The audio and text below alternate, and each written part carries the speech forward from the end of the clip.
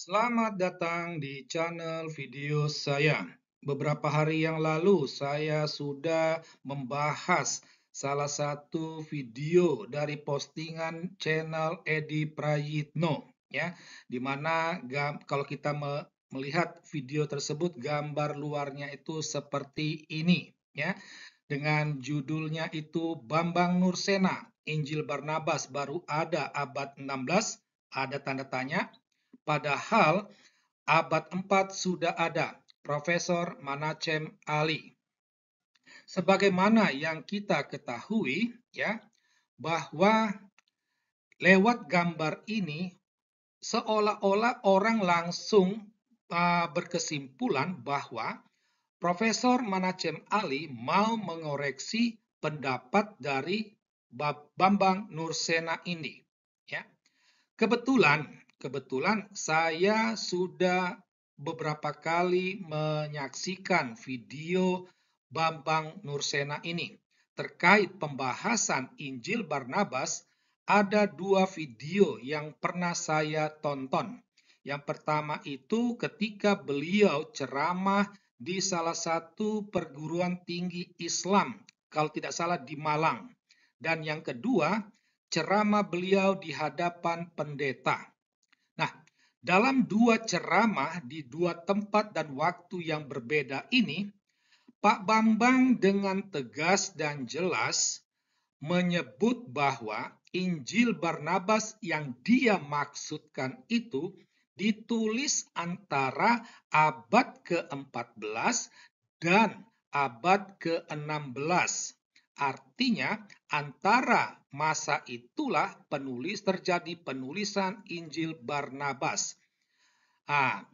Tetapi oleh channel Edi Prayitno di-framing bahwa Bambang Nursena ini mengatakan Injil Barnabas itu baru ada abad ke-16.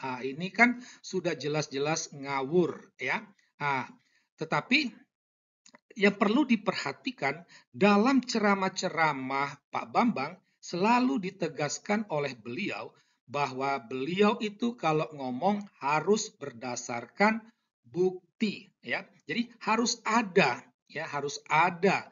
Jadi kalau dia membahas tentang Injil Barnabas, ya, Injil itu harus ada, harus dia sudah pernah baca. Nah, supaya apa? Supaya dia ngomong itu tidak mengada-ada, itu, ya. Nah, sedangkan Profesor Manachem Ali ini, ya, dia hanya sekedar mengoreksi.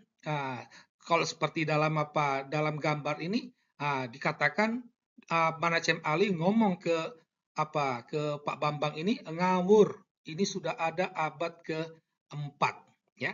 Nah, kalau kita menggunakan nalar akal sehat, ya, Pak Bambang ketika ngomong Injil Barnabas baru ada ada pada antara 14-16, ya, itu Injil yang itu.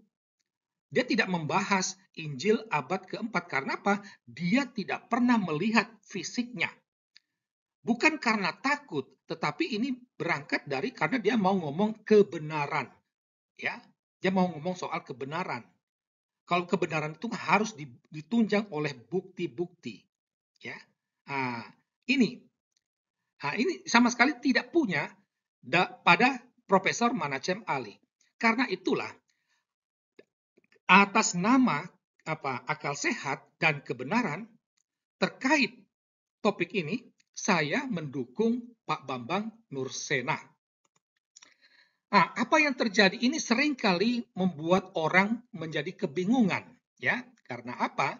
Karena orang akan bertanya, mana yang benar? Siapa yang ngawur, ya?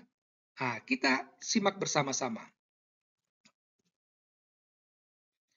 Nah, jadi dari dua tokoh ini, ya, sebagaimana yang telah saya sampaikan, ya, Pak Bambang ini dia kalau ngomong itu harus berdasarkan data. Jadi terkait dengan Injil Barnabas yang dia maksudkan itu, ya, dia ngomong itu berdasarkan data. Datanya itu apa? Dia punya buku tersebut. Buku Injil Barnabas itu dia sudah punya. Dan karena dia punya, dia sudah membacanya.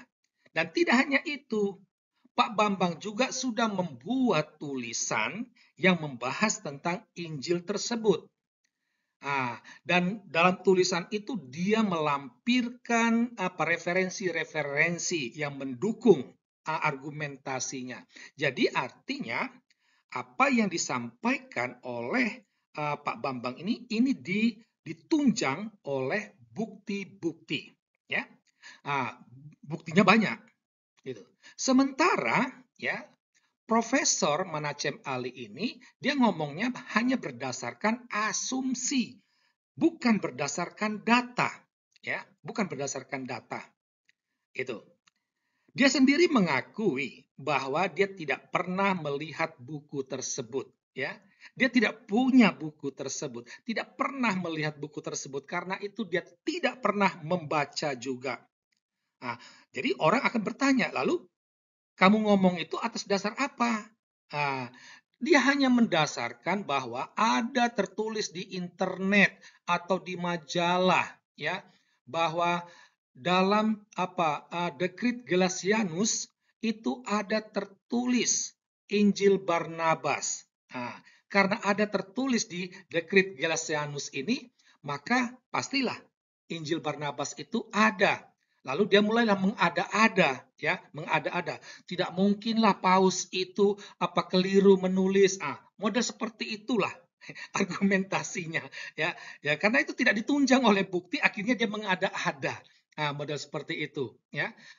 Kita tidak tahu apakah Manachem Ali pernah melihat dan pernah membaca Dekrit Gelasianus itu atau tidak. Kita ragu.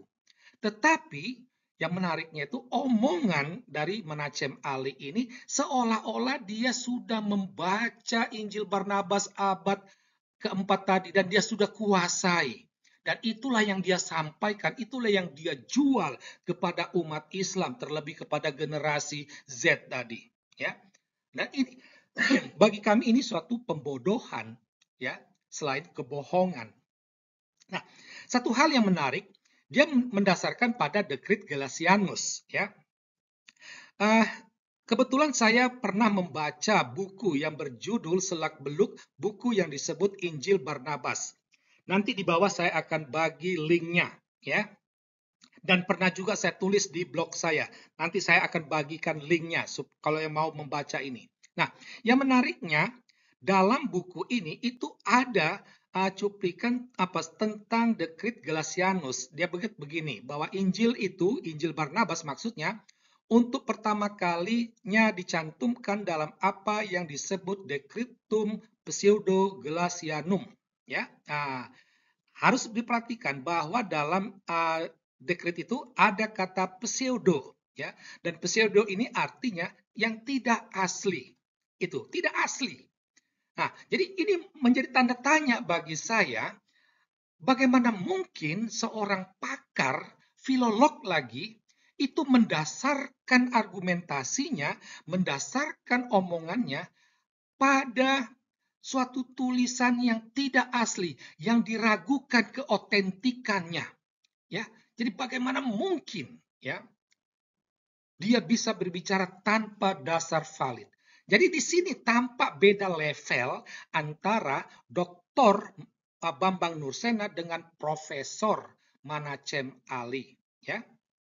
Karena itulah, ya, tidak salah kalau saya pernah, ya, dalam postingan di channel saya menggugat kepakaran Manachem Ali. Benarkah dia itu seorang filolog, ya?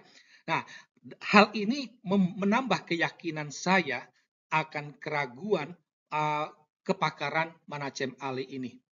Dan terkait dengan ini, ya, saya pernah membuat tulisan, membuat video postingan juga, fenomena menarik tentang Islam. Bahwa Islam itu kalau terkait dengan terorisme, kalau terkait dengan bidadari di surga, atau terkait dengan Muhammad bisa baca atau tidak, itu umat Islam terpecah. Tetapi terkait dengan surah An-Nisa ayat 157, kau mau profesor, mau pakar, itu sama saja pendapatmu itu dengan anak yang tidak sekolah, yaitu bukan Yesus yang disalibkan. Ini suatu keprihatinan.